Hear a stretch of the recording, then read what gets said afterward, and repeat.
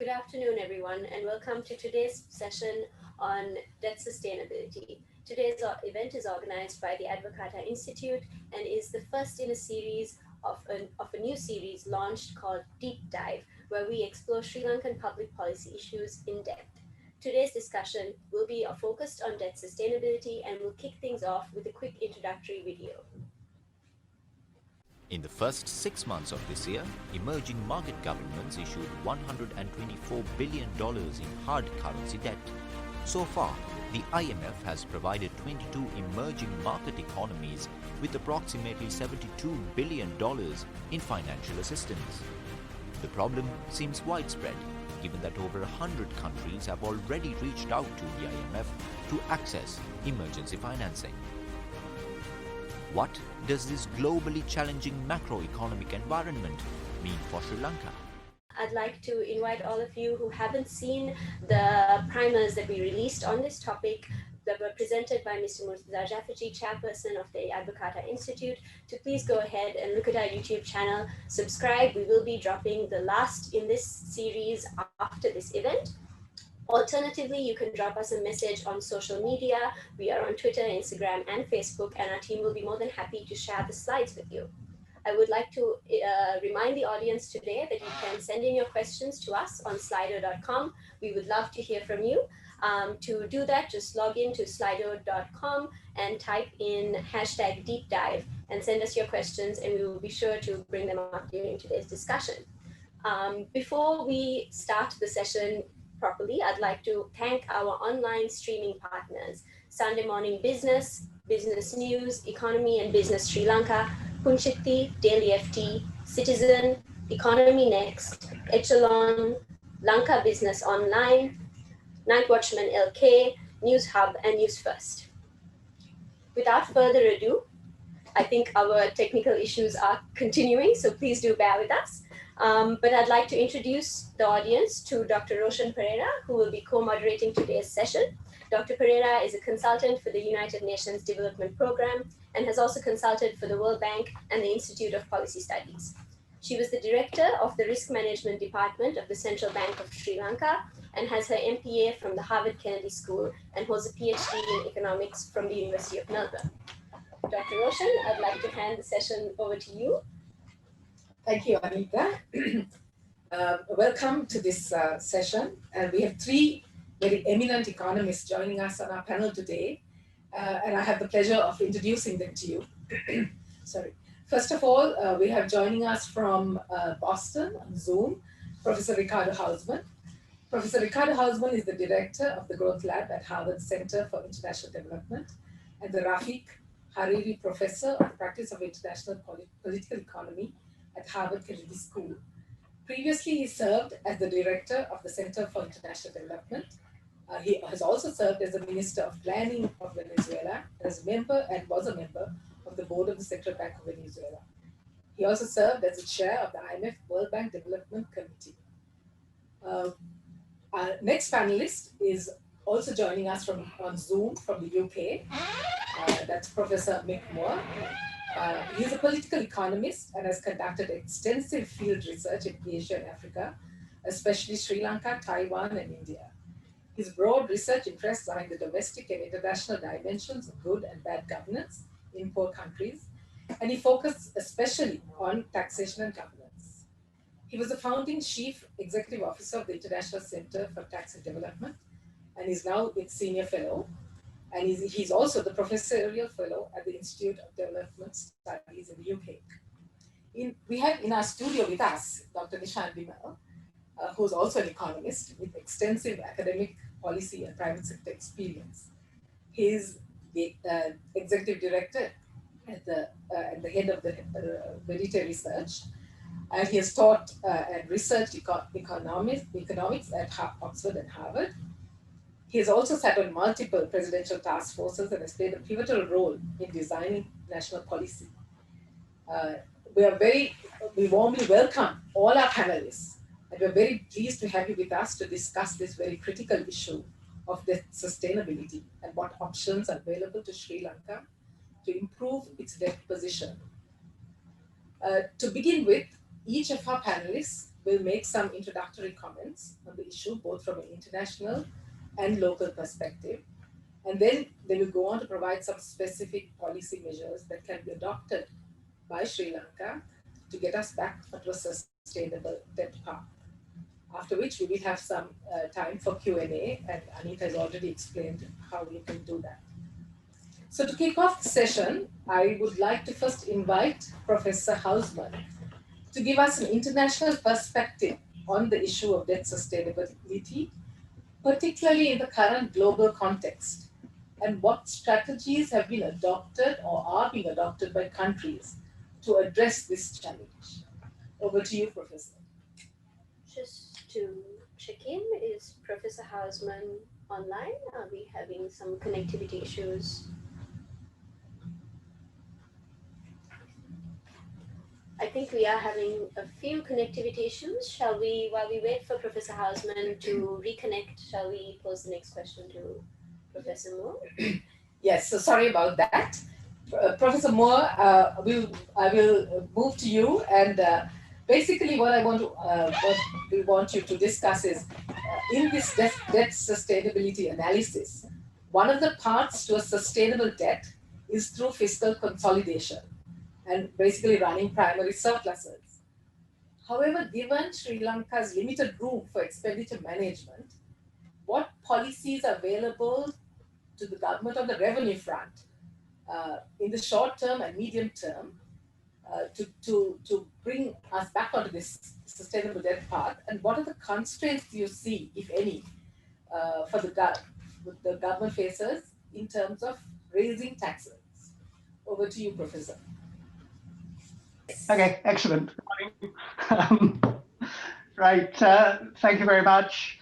Roshan, what I'll do, I'll talk a little bit about policies, but I do want to talk a bit about the context, because when we come to revenue raising, I think the historical context is really important. So what I would like to do is talk about three things that I'm going to label the interesting news, the bad news, and the good news.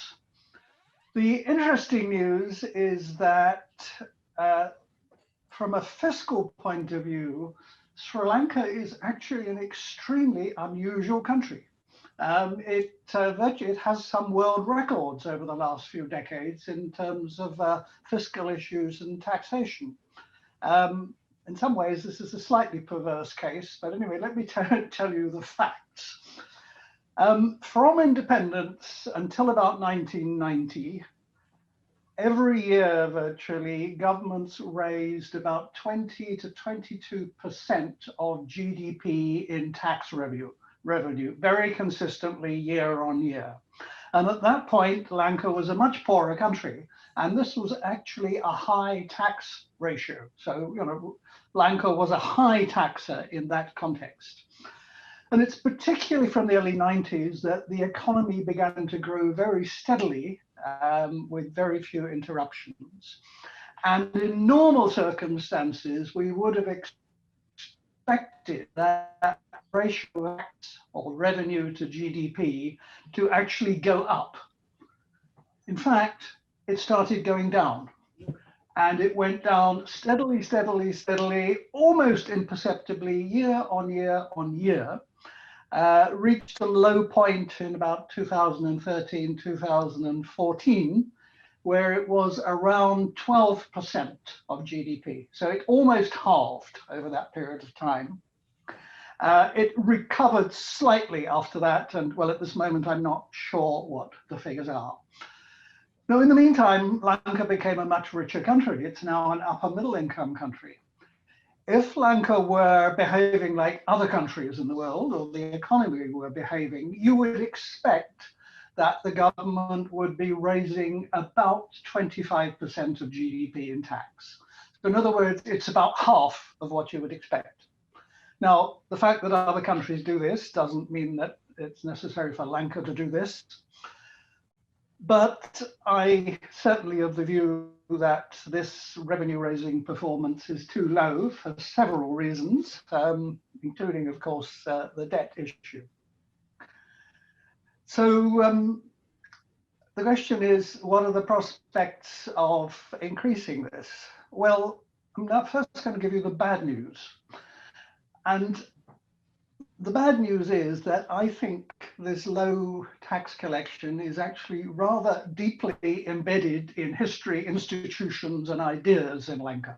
I don't think it's going to be very easy to turn it around. And what I will do is just list you 4 or 5 ways in which I see this being kind of deeply embedded in institutions and ideas.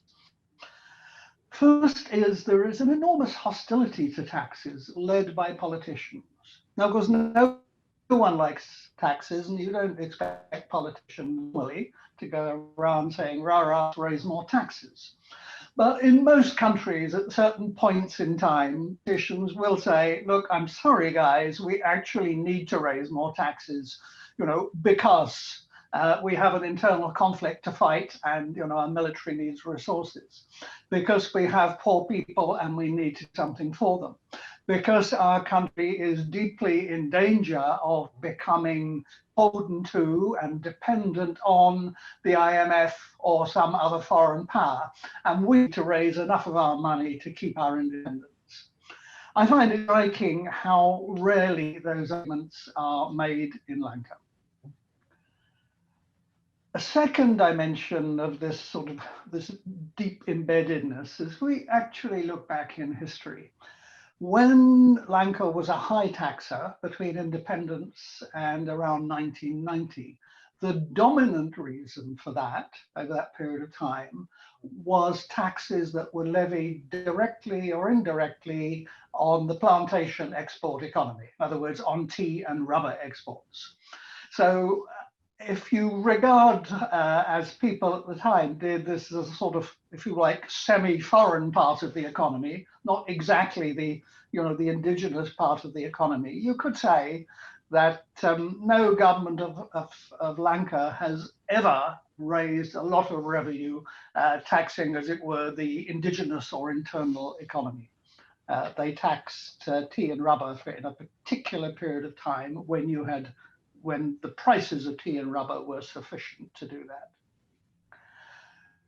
Related point, to the extent that the government of Sri Lanka taxes, it taxes not only international trade to a very high degree, but particularly imports. And in a sense, disguises taxes by just levying them on imports rather than levying them directly. The majority of tax revenue is actually raised by customs, and the revenue on imports is not just import duties, very high excises and a whole lot of imports, VAT on imports, and at various points in time, various kind of special levies that are added on top of other import duties. So a very high dependence on levying imports, which of course is related to issues of protectionist economic policy. Fourth point, in case someone raises this long decline in revenue collection from the 1990s was virtually completely unconnected with the internal conflict. In the first place, the internal conflict barely affected the capacity to raise taxes, marginally at best. But secondly, if you actually look at the history of this, the biggest decline in tax revenues came in sort of 2012, 13, 14, after the end of the conflict, when there was what many people described as a massive tax giveaway by the government to all kinds of people. And finally, political institutions in Lanka in various ways have sort of been built around low revenue. Couple of examples of that. What we later called the Board of Investment was established in, I think, 1979. And that started, it was given an enormous power to give exemptions to foreign investors with very little explanation or justification. And it started a very long tradition of giving away tax revenue by giving exemptions nominally to attract foreign investment, although, as I think any economists know, the amount of foreign investment in Lanka over the last 50 years has not been very high. The other aspect of political institutions is that most of the time since 1989, when the tax revenue started to decline, at the very top, the country has been run by a head of government who is typically also Minister of Finance, and the Secretary to the Ministry of Finance is not just Secretary to the Ministry of Finance, but to a large degree is running the country administratively on behalf of the head of government. I won't give the details, but there is very strong evidence that that kind of arrangement has been associated with the general decline in revenue, whereas the only attempts to significantly raise revenue have been made when we've had an independent Minister of Finance who is not simultaneously head of government.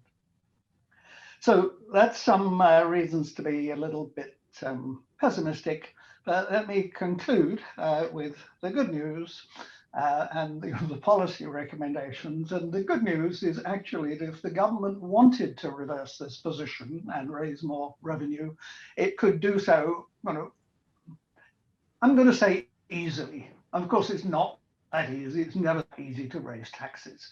But relative to many other things government might want to do, it would not be difficult for a government of Lanka, if it were willing to do it and politically committed, to raise more revenue. And I mean, we can certainly discuss details later, but in terms of what taxes you raise, there's a lot of choice, and there's no reason to prefer one rather than the other. But I can give you, a few things that would be high on my list.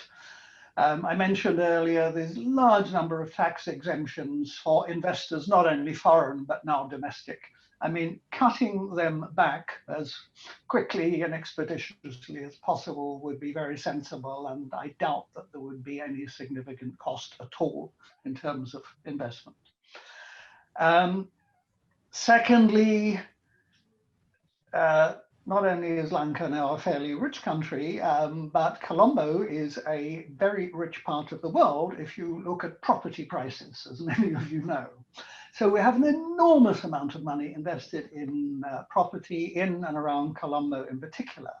But really quite unusually, the people who own this property pay almost nothing in terms of either a recurrent property tax of a kind that's common in many other parts of the world, or any kind of stamp duty on the transfer of property ownership. So property would be a significant additional source of revenue. Thresholds for personal income tax look kind of high by international standards, could possibly be reduced a bit. There is capital gains tax, which is on the books, but actually raises very little revenue and could be used. But I'm sure there are many other sources of revenue that could be exploited. And finally, I'd just like to say that there is a considerable scope for improving tax administration. There is every sign that governments have paid little attention to this for a very long period of time.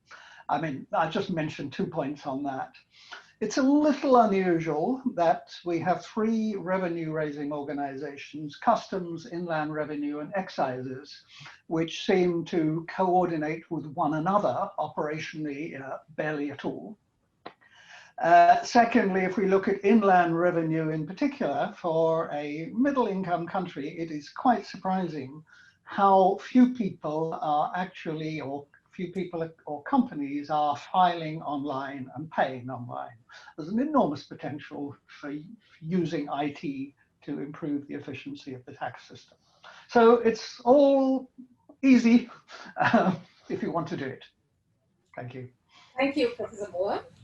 You have highlighted several issues in fiscal sector, particularly on the tax side. There are many questions that arise from it. As you say, it's easy, but then if it was easy, why haven't we done it? So we'd like to address some of these questions in the next segment. But before that, I think we've got Professor Hausmann is with us. And what are countries doing in particular in terms of addressing this issue? What are the strategies that have been adopted? Well, thank you very much. Let me say, first of all, how excited I am to be participating in this event. I think Advocata is really a remarkable organization. It's really it's a privilege to have an organization like Advocata that really organizes things world class, and calls the country to a really important debate. So first of all, congratulations. I'm honored by this invitation. I'm really excited to be with you. Number two, I want to say that I wish the topic you chose was a little bit more theoretical, in the following sense, that we're going to be discussing this issue as if, it's a technical issue that, is a debate for economists. The truth is that debt management can have enormous consequences for everybody in the country. This is not, just a theoretical issue that some people would like, the debt to GDP ratio to be smaller because they are conservative, and other people want it larger because they are, Keynesian or something or other, and that this is somewhat an ideological issue that people might have. I come from a country that has seen debt crises. I come from Venezuela. But for 7 years, I was the chief economist of the Inter-American Development Bank, which is like the Asian Development Bank, that has 26 borrowing countries. So, and pretty much, I finished my PhD in 1981, just in time for the 1982 Mexican debt crisis that transformed into the 1983 Venezuelan debt crisis. I have seen debt crises too many times. I know, I know what it looks before it happens. I know what it looks when it happens. I know the damage that they can cause. So for me, this is not a theoretical issue. Now you might say, before the crisis, people have different,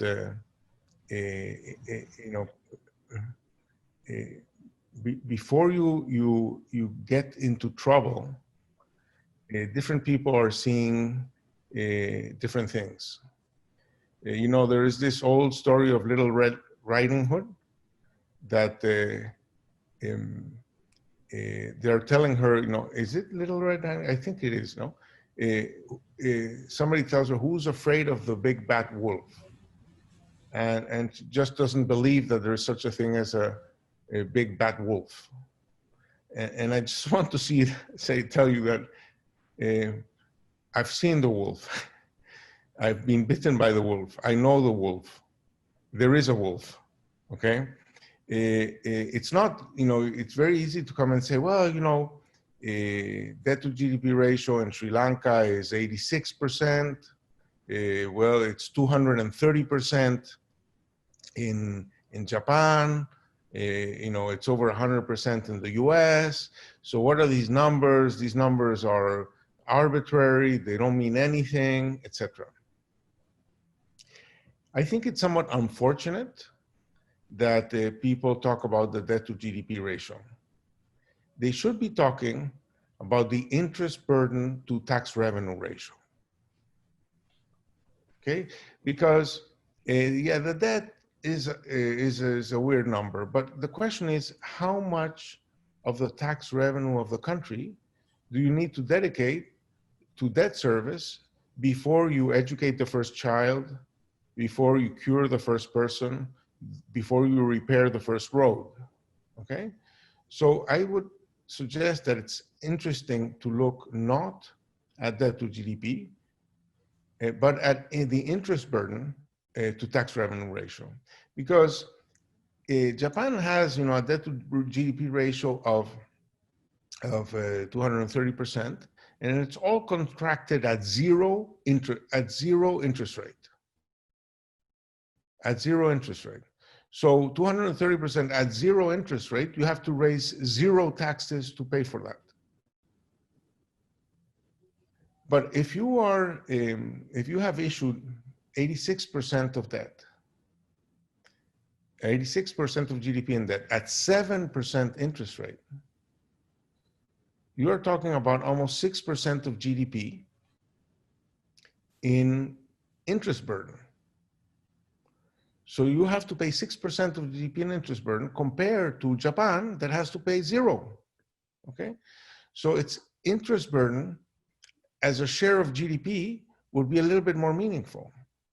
But then again, you know, Japan raises 40% of GDP in taxes. And you are now raising something like 12% of GDP in taxes.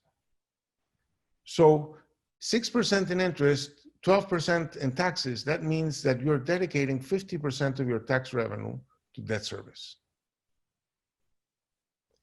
So you have probably one of the largest debts measured this way in the world. And that means that you have a really serious debt problem, okay? So it's not theoretical. Now, once you start thinking of it not as the debt to GDP ratio, but as the interest burden to tax revenue ratio, you realize, first of all, how things can go south. You know, who was it that, I forget, sorry for the, says, you know, how did this person become poor? Well, slowly and then suddenly, right? So, you know, this thing gets accumulated slowly, but then suddenly. Why suddenly? Because at some point in time,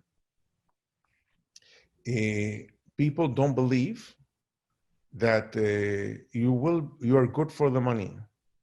You want to keep on financing your deficit. You want to issue more debt.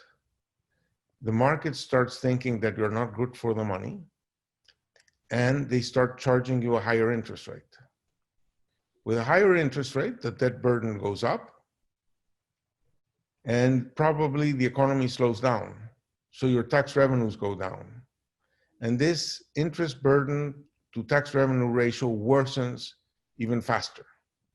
It worsens because you are accumulating debt to pay for your deficit, and because you're rolling over the maturing debt at a higher interest rate. And you get into something we call bad debt dynamics.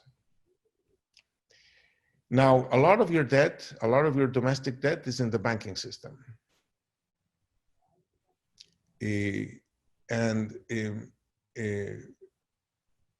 Let me just say that there have been many instances in which, in other countries, once the debt starts to look iffy, depositors start to think that the banking system is weak.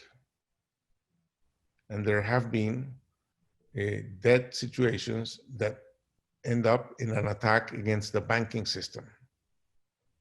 And they tend to generate banking crises. When people realize that they don't have banks in which to put the money in, they want to get the money out of the country.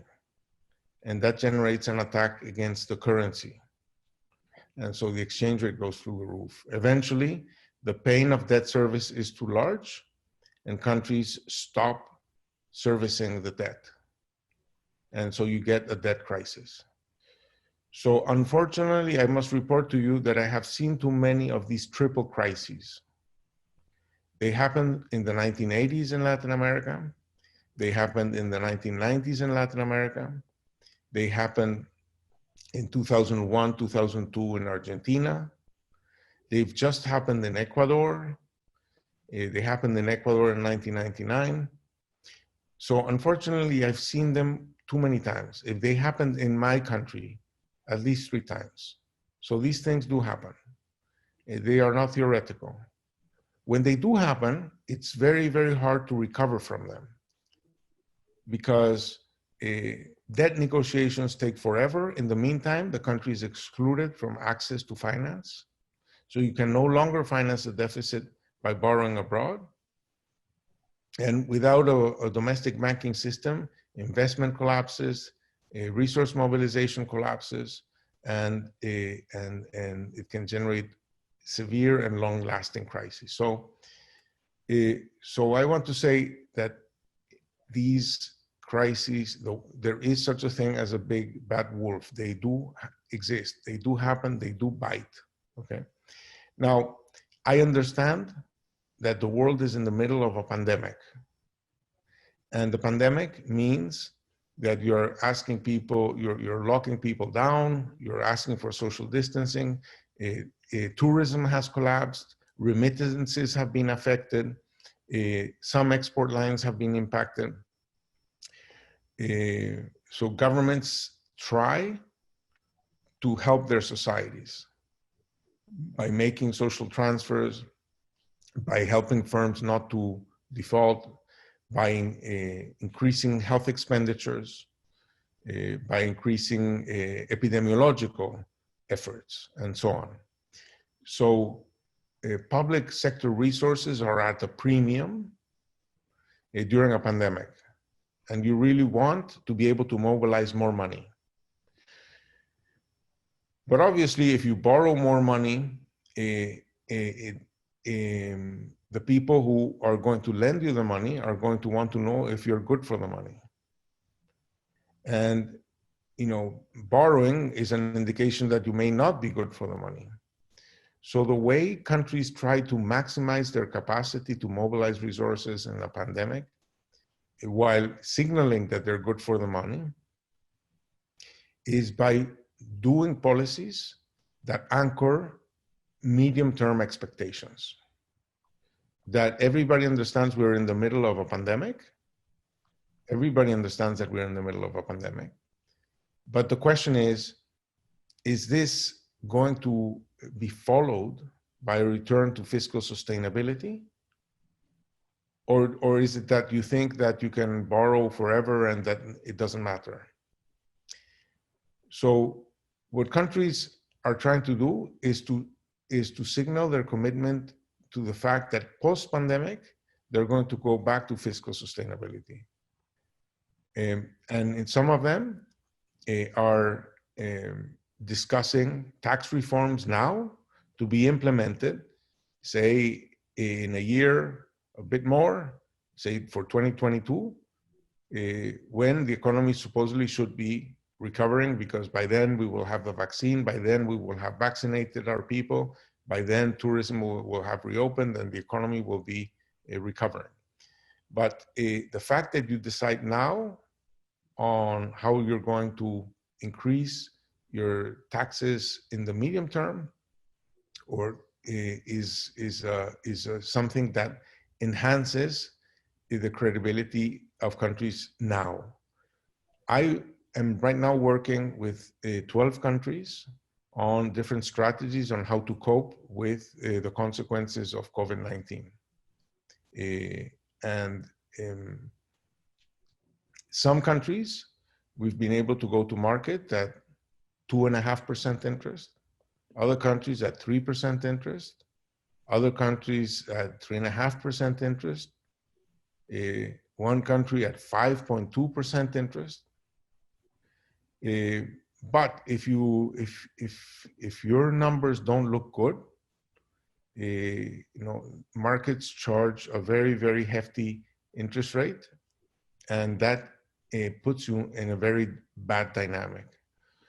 So what countries do when they get there is they go to the IMF.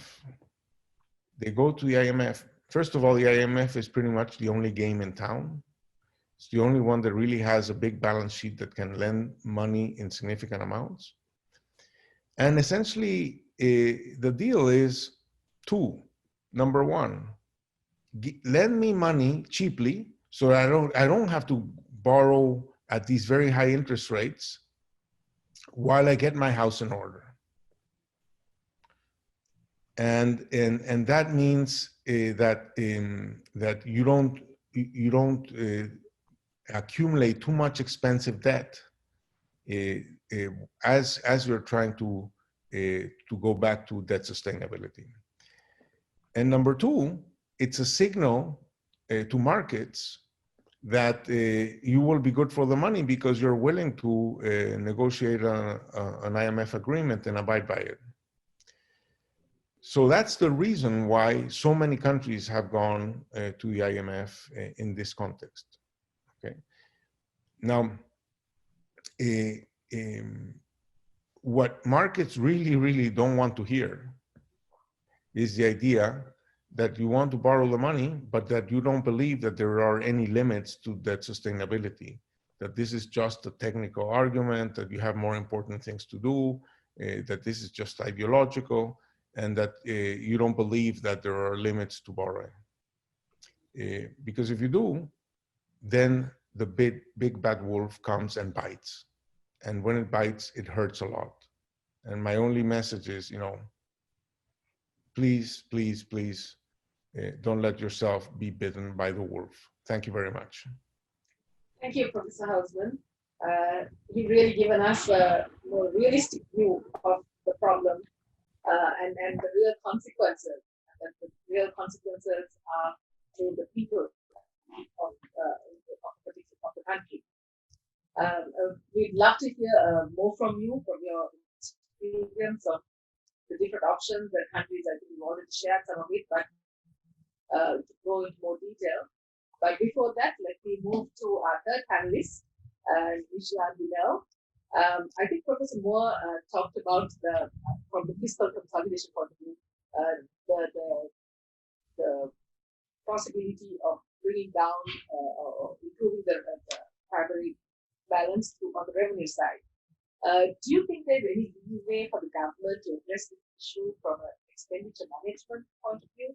I think Professor Hausmann has already referred to the interest burden and that we have one of the highest interest burdens in the world. Would you be able to? Thank you, Roshan. Let me start by thanking Advocata for organization. You've got great people in Mick and Ricardo joining this call. And also to Murtaza for doing, I thought, as chairman of Advocata, fabulous primer and putting together so much information, details, so well presented. I found it really helpful. And I think Murtaza and Advocata not only champion this conversation, but champion education around the issue for all of us and we benefit from it. So thank you for doing this. Now, Ricardo, you were supposed to talk about your growth model. Okay, you pretty much gave my talk, but I'm going to repeat it maybe in a different way. Let me start where Mick stopped. Mick talked about how revenue came down from 2013 down to 12% of GDP. So let me just update that to where we think we are now. Sri Lanka made various tax cuts actually to the tune of about 25%. And currently, we're estimating revenue to be just under 10% of GDP. So we're down to, rounding up, it will be 10% of GDP, and I think we have to work with that number. In that context, let me just break down the expenditure that we wanted me to look at and say, how does the expenditure stack up against revenue? I think Ricardo very helpfully said it's revenue that has to be the base. When you look at it, not expenditure. So let's stack up expenditure against revenue. 60% of expenditure of that revenue is on salaries, wages, and pensions. Pensions are 15%, the 45% is salaries and wages. Of salaries and wages, just about half, 22.5 is actually salaries in the Ministry of Defense, and the other half is the salaries in the rest of government. So that stacks up that way. All the welfare expenditure is actually just 10% of revenue. So Sri Lanka doesn't have a lot on the welfare side that can be cut in relation to other areas. The two very big ticket items outside salaries, wages, and pensions is capital expenditure and, of course, interest. Interest today is a whopping 60% of revenue. So I think Ricardo did the math on the 12% and got 50, with 10% being to GDP being revenue. It is today 60% of revenue. That's what we expect it to be, at least that this year. And capital expenditure has been 40%. So when you're asking, what can we cut, Roshan, I think capital expenditure has been a favorite thing to cut all through the 2000s when we did this. You saw the government constantly taking down capital expenditure when it ran short of money. It has already done that. So pretty much capital expenditure this year is being cut by half. So it's coming down from 40% of revenue to 20% of revenue. And that leaves interest as the big issue that I'm going to come back to. So I'm going to say the real play for Sri Lanka, I think Ricardo put it very well, in improving debt sustainability is to look at how to bring interest costs down. I think many of us were speaking in the last 5 years for the need for a professional debt management office, precisely because we understood that it was not the quantity of debt that was a problem for Sri Lanka, it was the price of debt. And debt was becoming more expensive, and the price itself, if not managed, was going to lead to the unsustainability of the debt. I just want to switch and say what the predicament is right now. I think everybody wants to know what the debt sustainability analysis is at present. We ran that to say, what's the debt to GDP ratio that we expect at the end of the year. We expect it to be 99%. So Sri Lanka from it, Sri Lanka has moved up the ladder of debt to GDP ratio because of low growth, because of high interest cost. And so we are at 99% today. And that's a good point to look at how do we now make it sustainable. And how I understand sustainability is that you've got to keep static or reducing your debt to GDP ratio. So debt becomes unsustainable for whatever reason. If your debt to GDP ratio keeps climbing, it becomes sustainable if it keeps coming down. And let's talk about sustainability in that context. Before I tell you whether it can be done or not, and we have an answer to that question, let me tell you that Sri Lanka has been here before.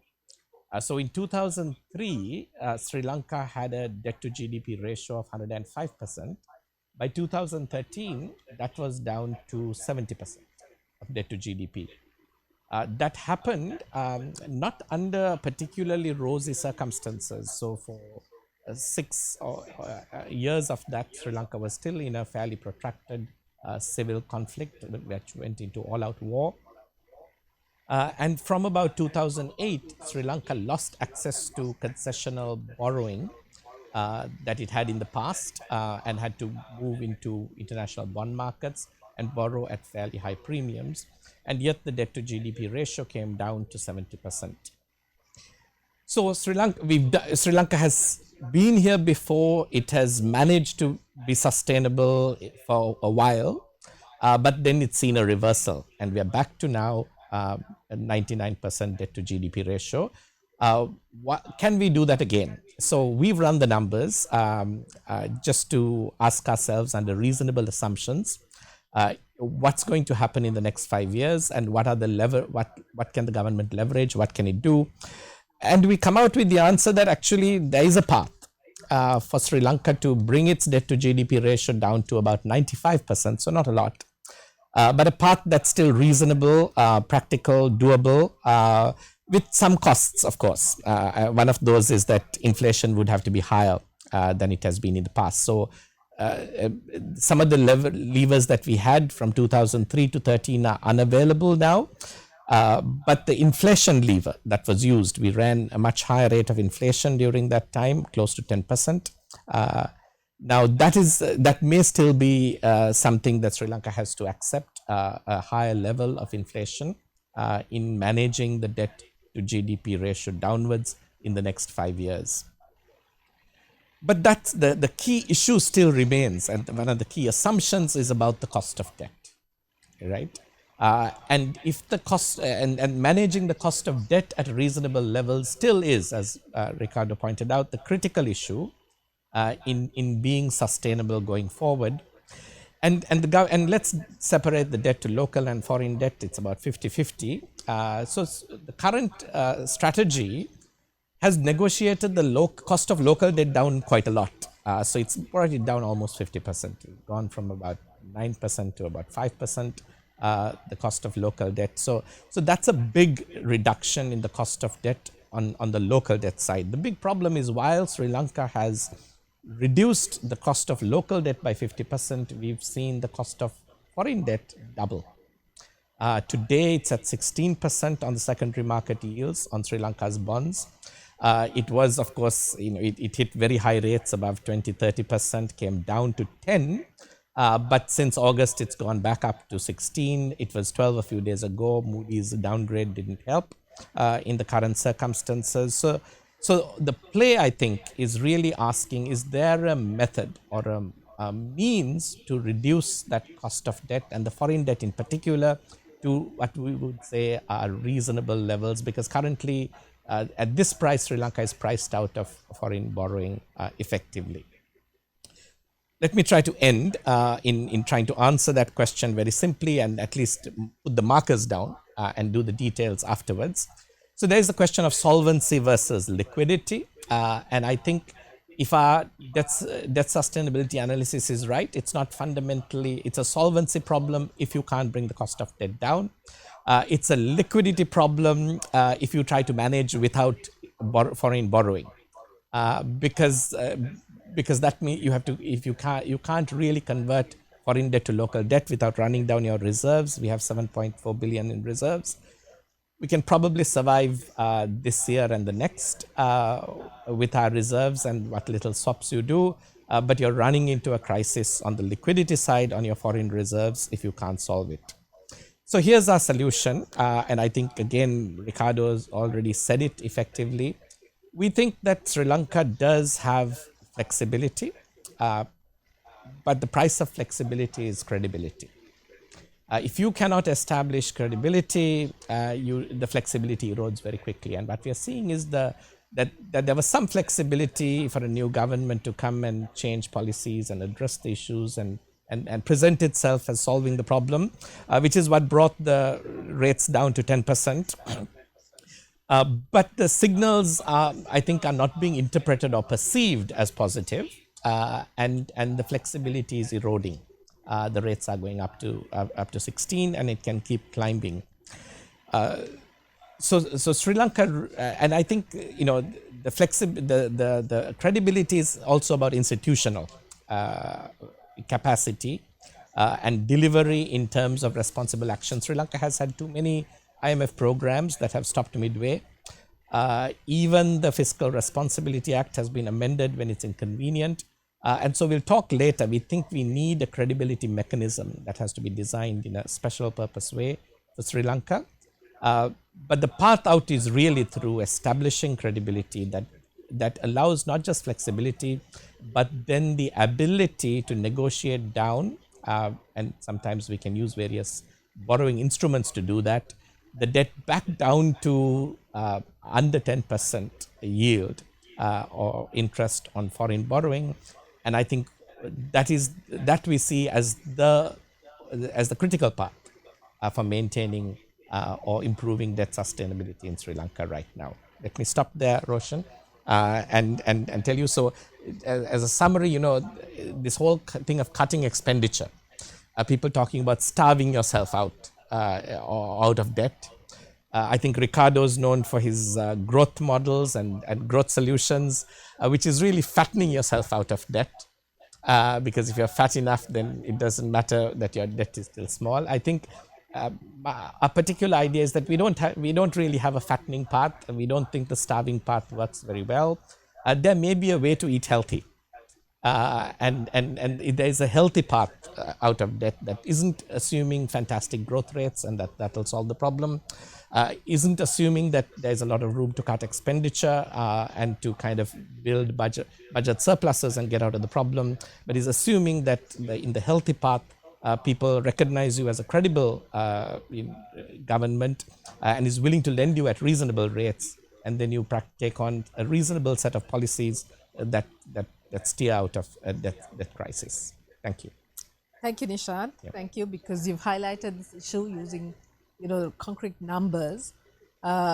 It will be interesting to hear from you further on what Sri Lanka can do in this current context, particularly, as you said, to bring down the debt to GDP ratio, uh, according to your modeling, to 95%. You have talked about some interesting solutions, and we would like to hear more on that. But just as you pointed out, we would also like to, I'd like to pose a question to Professor Hausmann. You talked about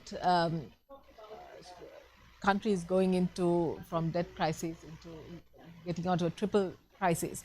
I think this is something that countries, particularly Sri Lanka, will try to, we will try to avoid as much as possible. And one solution that you gave was, and one way out you said, was to anchor expectations, have more credible policy, particularly on the tax side. But as you are famous on this, on your growth modeling, and I know you've done a lot of work in Sri Lanka on the growth diagnostics. And in this whole debt sustainability model, one way of is that you can grow out of debt. But given the fiscal space we have, and the difficulty, or the limited fiscal space to provide direct fiscal stimulus, and or to have an infrastructure-led growth strategy, do you see any other policy options available to Sri Lanka to boost growth, particularly in the short term, and how quickly can this be done? So it seems to me that right now, the market is giving the signal that they don't believe that you're good for the money, and that means that you cannot use fiscal policy to stimulate Sri Lanka. Because if you try to, say, widen the fiscal deficit in order to get more resources to have a capex stimulus to the economy, interest rates will go further up. You will be shut out of capital markets, and you won't be able to fund the deficit. Then you will have to have a higher rate of inflation. You'll try to borrow at a lower domestic cost. That means that the domestic debt has a negative real return. That means that banks have negative real returns on their balance sheets. That means that the public will realize that keeping the money at home is not particularly remunerative. They're losing on their savings, and so you can get you need capital controls, black market premia, and that is no environment for private investment to happen. So the challenge is to have a growth strategy that is compatible with fiscal consolidation. And for that, you need to have other sources of demand. So the demand cannot come from the government, it has to come from other sources. And typically what works best in these circumstances is exports and investments that directly or indirectly stimulate exports. Because if you have an increase in export demand, then you'll have a supply response to that increased export demand, and then that money will circulate within Sri Lanka and have a multiplier effect. And that money can come from either export demand or for investments that directly or indirectly go to exports. I think that it's very important that Sri Lanka have a strategy to vaccinate its population as quickly as possible. Let's hope that that can happen, say, within 12 months. That would be a major achievement if Sri Lanka is able to do that. But with a vaccinated population and some health controls, then I think that tourism can come back, and can come back fairly rapidly, hopefully. People will have spent 2 years without vacations and so on. They'll be desperate to go to a place where they can have some fun. and they want to go to a safe place, to a place that is healthy.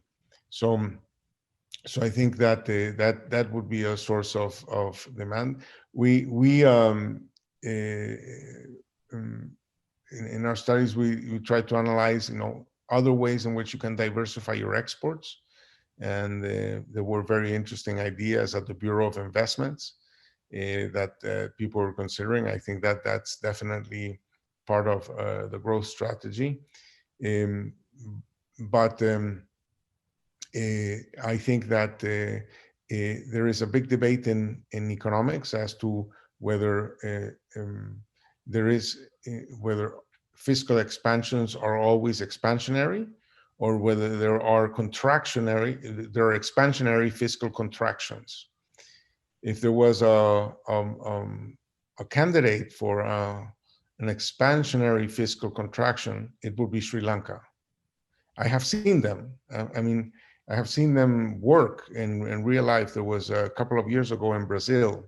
They're facing a situation not unlike Sri Lanka's, in which the debt dynamics looked really bad.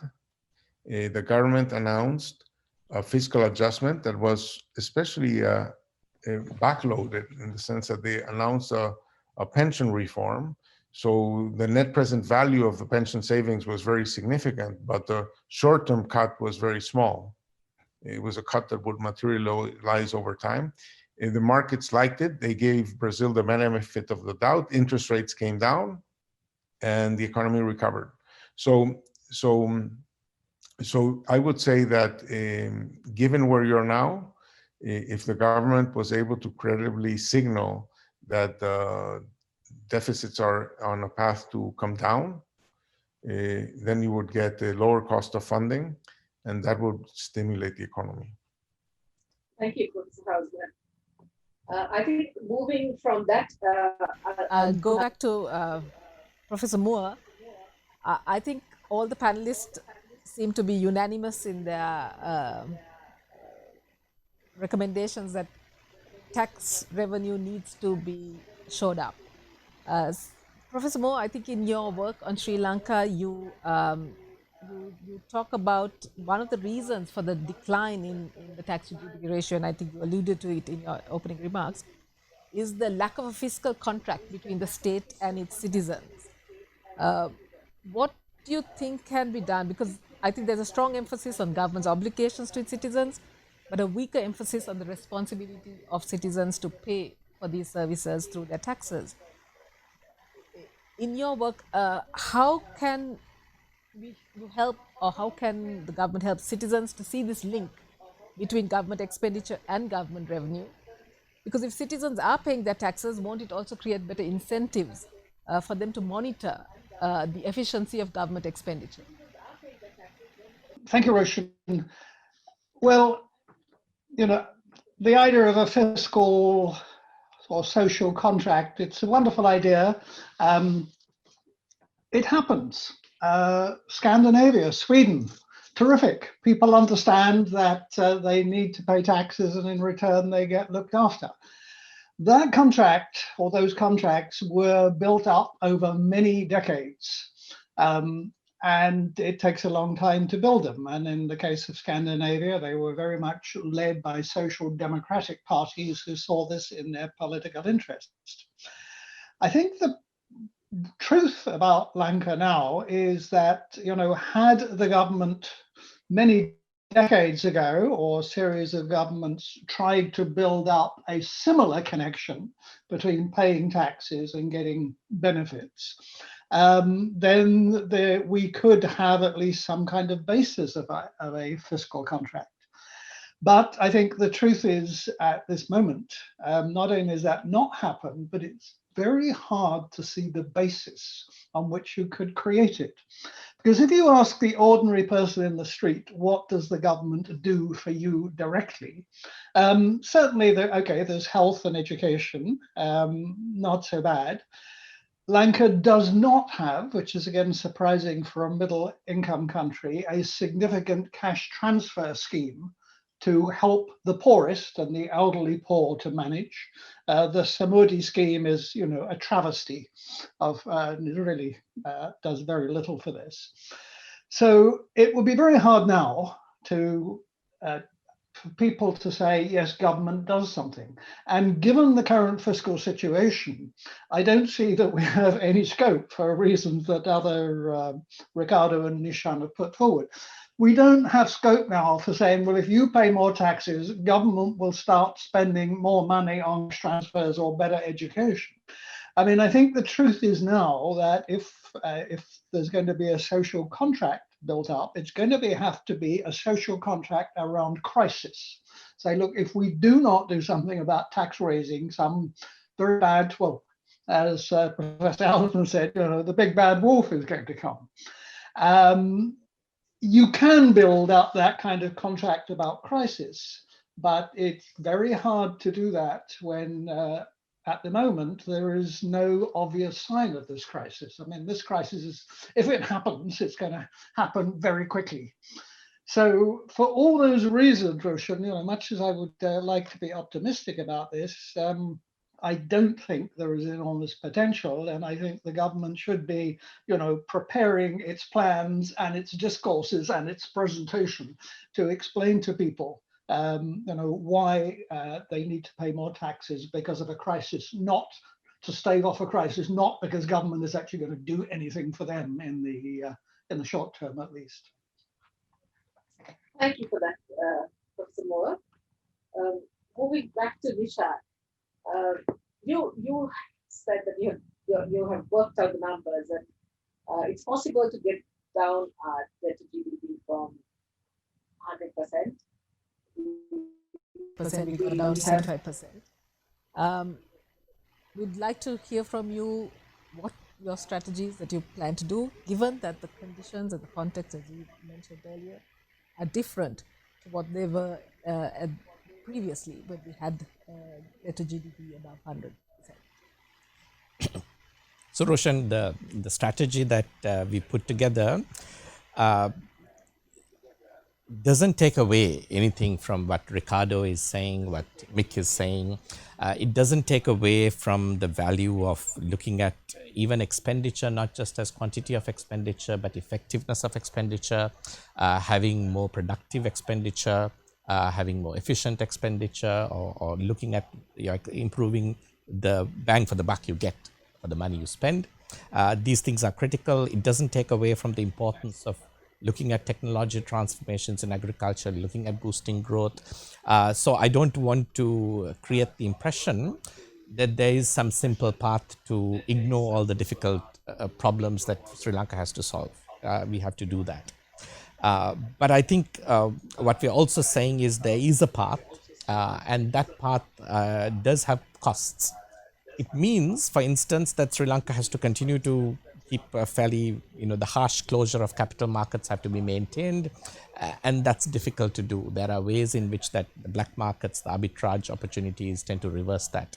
It does mean that we have to maintain the controls on imports at substantial levels, because otherwise your balance of payment problem doesn't get solved, and the path, your insolvency or your liquidity crisis comes faster with pressure on the exchange rate.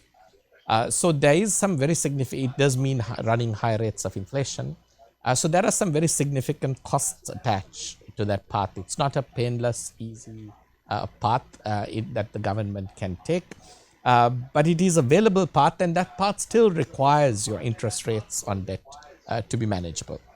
So again, this path is still contingent on being able to negotiate down interest rates at which you can borrow on international markets. Now, it does assume that the government will not succeed enough there, and we will shift debt substantially to local debt, away from international debt. So move the balance from maybe 50-50 to 70-30, and yet it does require that change. Now, let me, I think, point out, add to Ricardo's question about, he says the big bad wolf is there.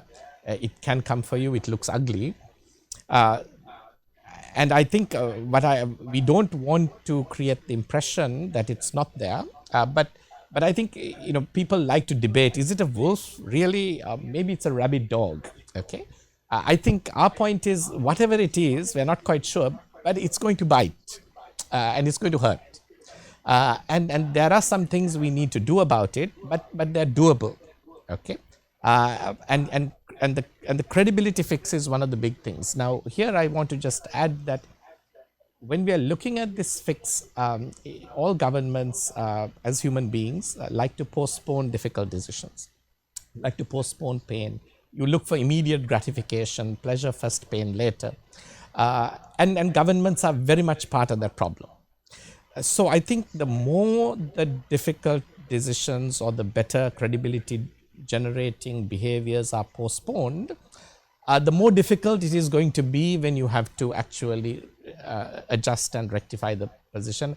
And that is the story with debt, debt sustainability all over the world.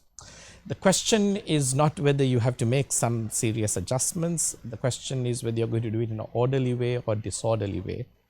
And I think that's the challenge before Sri Lanka as well. If we start now, if we commit well, we understand what it takes and we implement it, take the pain a little upfront without postponing it, we can reduce the pain, make it more orderly. Now, a disorderly correction on debt repayment is very painful. It's very nasty. It will have very long-term repercussions.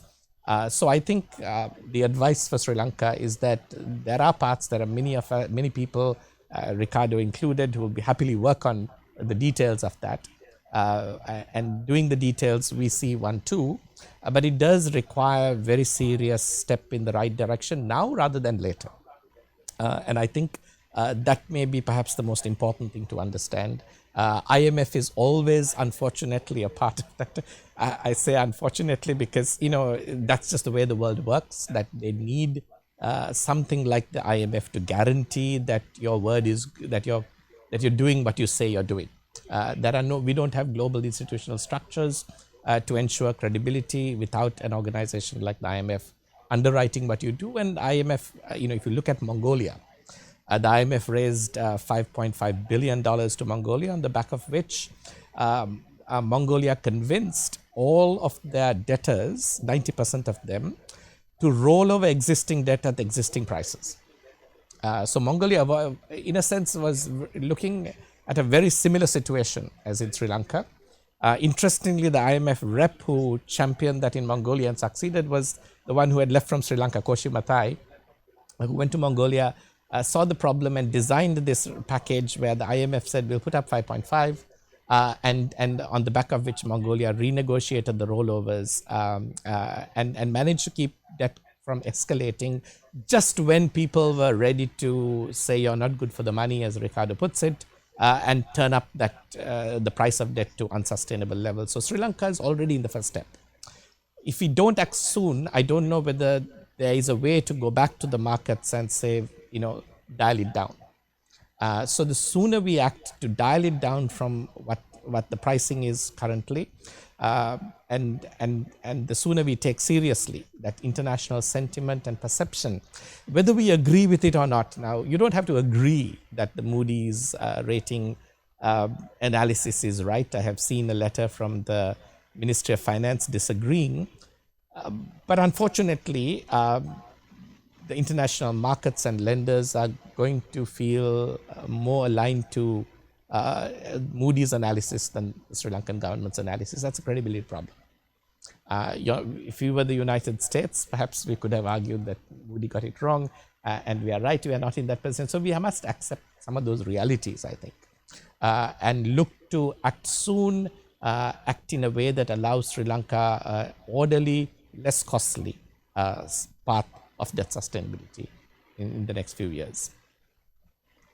Thank you, Nishan. I've got lots more questions, but I think we've got some questions that have come in from our viewers. So I'll hand it over to Aneetha to. Great. Thank you, Dr. Roshan. So we have quite a few questions that have come in, but I think we are also running short on time. So I'll just possibly be able to take only about 3 questions, one per panelist. Professor Hausmann, we have a question that has come in. It draws in from what Dr. Duma was talking about. The question focuses on the Moody's downgrade and whether this will have serious implications for Sri Lanka's debt, or is this something that, as a country, we don't need to worry about. The question also speaks about the fact that the Ministry of Finance has said that this is not really something we should that this isn't something we should worry too much about, and that the analysis may not be quite accurate. Look, rating agencies sometimes make mistakes, and there's a whole industry of people that help countries argue their case with the rating agencies. And in some cases, the markets don't believe the rating agencies. That if you look at the same credit.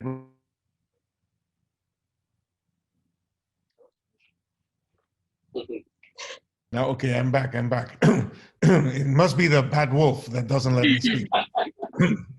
So sometimes the markets don't believe the rating agencies. And so for the same credit rating, you see very large spreads between one country and another, okay? So you care about the credit ratings insofar as they impact market participants. Now, I would say that in the case of Sri Lanka, there is no difference between the opinion of the credit rating agency and market participants. They are signaling, red. These are interest rates at which you cannot access the market. You cannot voluntarily roll over the debt. So you're going to have maturing debt that with no market access. Right now you have some reserves, but you can see the path towards the dwindling of those reserves, and those reserves have an alternative use to pay for imports and so on, not just debt service. So so I would say that it's academic, the distinction. It is really about what does the market think of Sri Lanka, and whether not just the Minister of Finance, but whether the market believes the credit rating agency. Thank you, Professor. We have another question in that's posed to Professor Moore. The question argues that Sri Lanka has inefficient political processes. And kind of drawing from what you spoke about earlier today in the session, and also drawing on your work in this area, given our tendency to increase spending around election cycles, do you think there is what are the solutions we can pose to that particular problem? And do you think that given the seriousness of Sri Lanka's debt issue, is this going to be a problem going forward?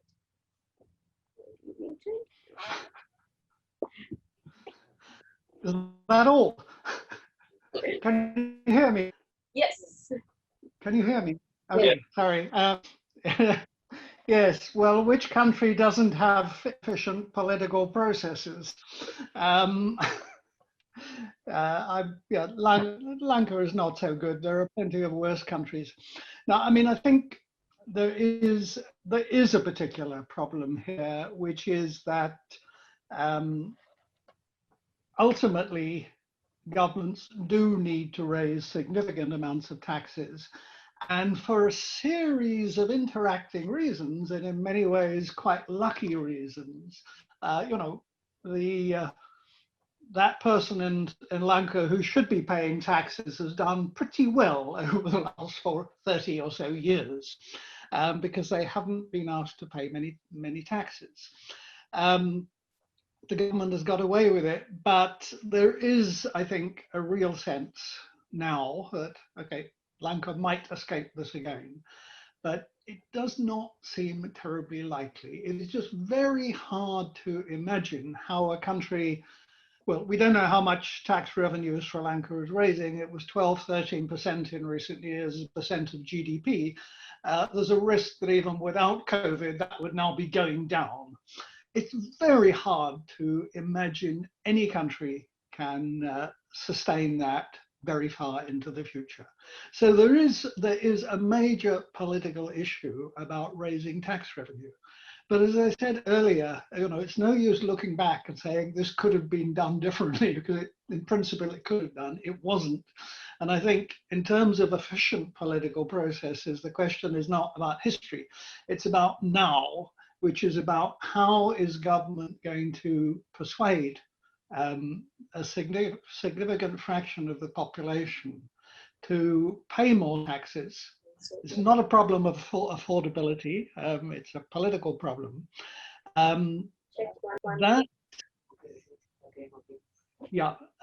Okay, I'm gonna leave it there, because as I said earlier, I don't think this can be done by offering people anything in the next few years. This has to be a matter of dealing with a crisis and protecting the country against a really bad outcome.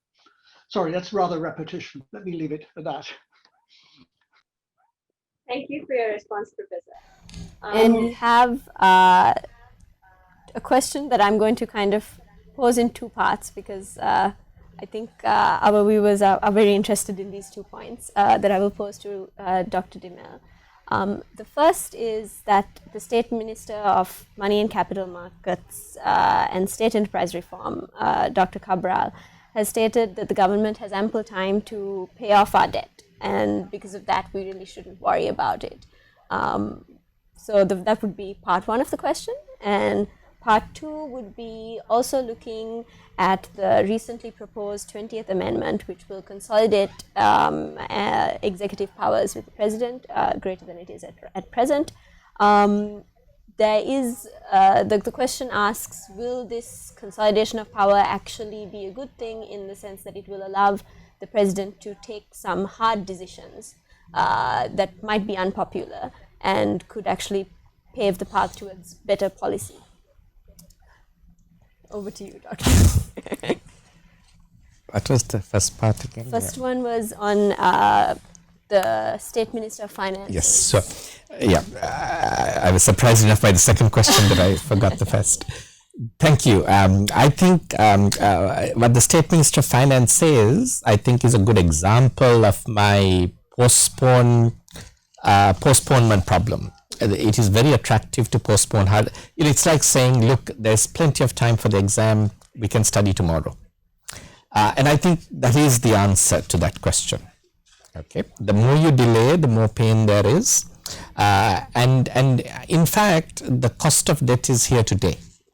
It's not here tomorrow. If you are shut out of the markets today, there's $1 billion to pay in October in servicing debts, and 4 to 5 billion every year starting 2021 that has to exit the country. And there is no magic formula by which you can keep building those reserves. And if you don't access international markets in some level to refinance that spending, who's going to do that? I think Sri Lankans deserve a government that puts together that plan now, not later. So I would advocate strongly for not. I'm sure the State Minister knows that. His job when he speaks to you is not to tell you how difficult it is, but to give you confidence. And so I think there is a place for political confidence and articulating encouragement and not creating fear. And political leaders often do that. I think as long as you also do the other thing, it's fine that's what the State Minister says. I think that's a reasonable way to build confidence in the markets. But action is also quite important. On the other side, with the 20th Amendment, I think really the question about high level of executive power, allowing the government to make decisions that it can't make without executive power is confusing to me, because who doesn't think the government has the power to make decisions today without changing the constitution? The government does have pretty much carte blanche with a 2/3 majority in parliament. I think the problem with too much executive power that is unchecked is the temptation then to misuse it in ways that undermine the credibility that is essential for the flexibility that you want. So, for instance, Parliament hasn't even appointed the Committee on Public Finance yet. These are important credibility institutions. When the 20th Amendment postures that it will reduce the scope of the Auditor General back to what it was sometime in the past. Now, does this make a material difference? Does the Auditor General manage to stop government misbehavior or not? We don't know. It's a bad signal. So really, we should look at the 20th Amendment not only on the arguments for and against on the absolute merits of it, which I think is very important for Sri Lanka and other governance and democracy-based purposes in the country. But since we are in a conversation about debt, we must ask, what is the signal? I don't think it's necessarily a positive signal to markets. Markets don't look at that and say, oh, wow, as the president has so much power, it's safe to lend now. I think read from that angle, I think since we're in a conversation about sustainability of debt, and certainly Ricardo and Mick can correct me if I'm wrong, I don't see it being viewed in a way that lends credibility, which is essential then to build the flexibility that the country needs, and quickly. Thank you, Dr. I think we are almost running out of time, and I know Professor Ricardo needs to leave sharp on time. But before we leave, I just ask each of our panelists if they can just give us a few words of wisdom in closing. And for that, I'll start with Professor Ricardo, since you've got to leave sharp on time. So I think, the world is in a difficult time. These are not happy times anywhere. But I think countries differ in the degree to which they come together to face the crisis. As Professor Moore was saying, everybody understands that this is a crisis. Everybody understands that their lives have been disrupted. They understand that tourists are not coming in. They understand that remittances are impacted because, the Middle East is also shutting down and reducing employment and so on. This is a challenge that requires the country to understand that many things have to be done collectively, and those have to be paid by the budget, and taxes are the way in which citizens contribute to that national effort. So I think this is a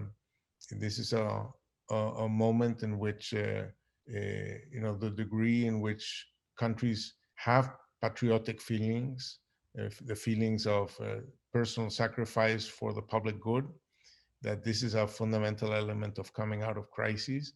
And I hope that Sri Lanka finds a wherewithal to face this situation, and the degree to which you can come together to the point that people can see the light at the end of the tunnel. I think that generates short-term energy, that the work on the medium-term solution generates short-term energy. And I hope you find a way towards that energy. Thank you very much. Let me recognize also Murtaza Jafarji for his leadership and for this invitation. And I've been honored to be in this really excellent panel. Thank you. Thank you very much. Thank you. Professor Moore? Hear me now? Yes. Yes, okay, very good. Yes, thank you very much for this. I very much agree with what Nishan and Professor Hausmann have just said, and just let me make one point on that. If I were the IMF, or if I were in the international financial markets, looking at a long debate in Sri Lanka about the centralization of power and what type of executive presidents we should have in, well, this would fill me full of gloom. This is just a continuation of a very long political debate. And I would think it's irrelevant. The outcome is frankly irrelevant to economic policy.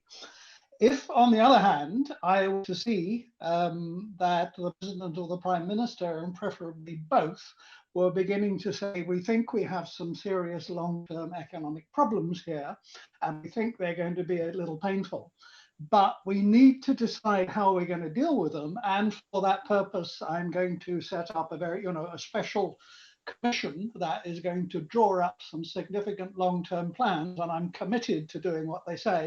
And I'm going to ask people like Nishan and Ricardo Hausmann and others to join this commission. Well, then I would say you might just be in business. But until we get the sense that the government thinks there is a serious issue about economic policy that needs real debate, then I'm afraid I think the markets are going to look very suspiciously at Lanka.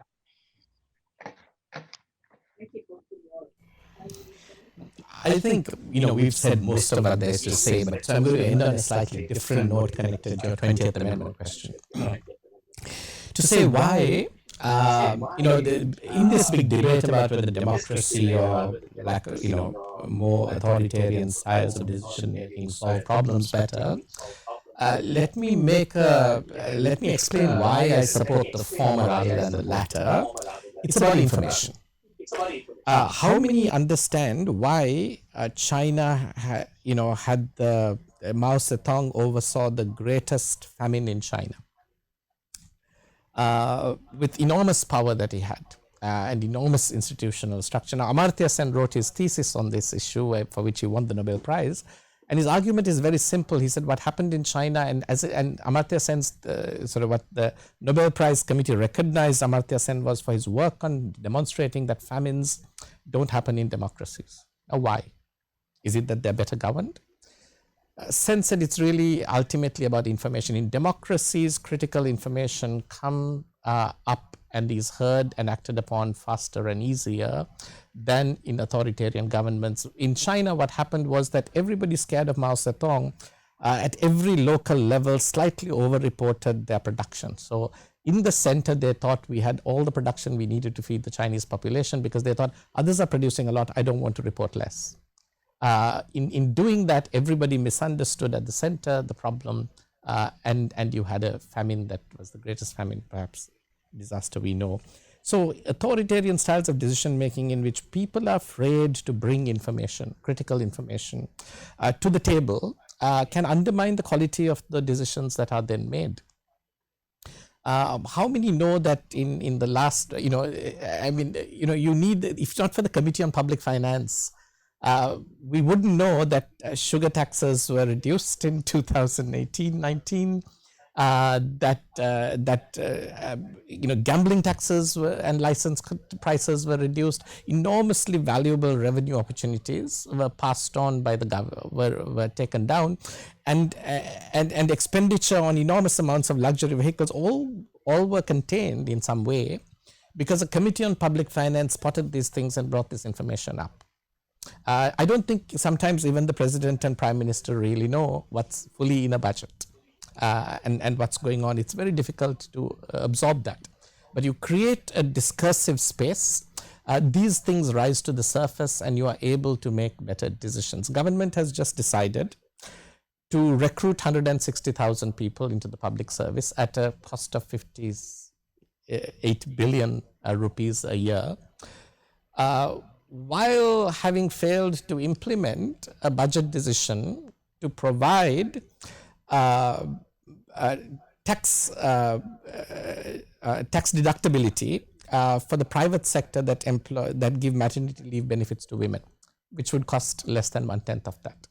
So really, there are solutions to improving efficiency, improving revenue, improving expenditure. But today, it may be if you don't create an environment in which people are free and feel free and confident to come and bring that information to decision makers, then that decision maker himself is going to be impoverished and act on poor information, a poor understanding, and we are all going to be affected, including the decision makers. So I really think we must understand the value of information, and the way in which we set up government to get the best information in order to make good decisions, which we all want to do. Thank you. Thank you, Nishan. We still, I think, have a lot of unanswered questions, but unfortunately, time is up. But before we end, let me thank the three panelists for being with us despite very tight schedules and for giving us a very stimulating discussion. We also want to thank everyone who joined us for this discussion. We trust this conversation won't end here, but that we will continue to engage and examine these issues because we know that it has a significant impact on the future growth potential of Sri Lanka and on its citizens. So thank you very much. And before we close this event, I'd like to thank News First for providing us with this studio space and for all their technical assistance. I'd also like to thank our streaming partners, Sunday Morning Business, Business News, Economy and Business Sri Lanka, Punchetti, Daily FT, Citizen, Economy Next, Echelon, Lanka Business Online, Night Watchman, News Hub, News First, and Digital Content. A sincere thank you also goes out to the Advocata Institute chairman, Mr. Murtaza Jafferji, for the months of hard work he put into this event. And on behalf of the Advocata Institute, I would also like to thank our panelists and, of course, Dr. Roshan Perera for giving us their valuable time at today's discussion. Thank you. Thank you. Great.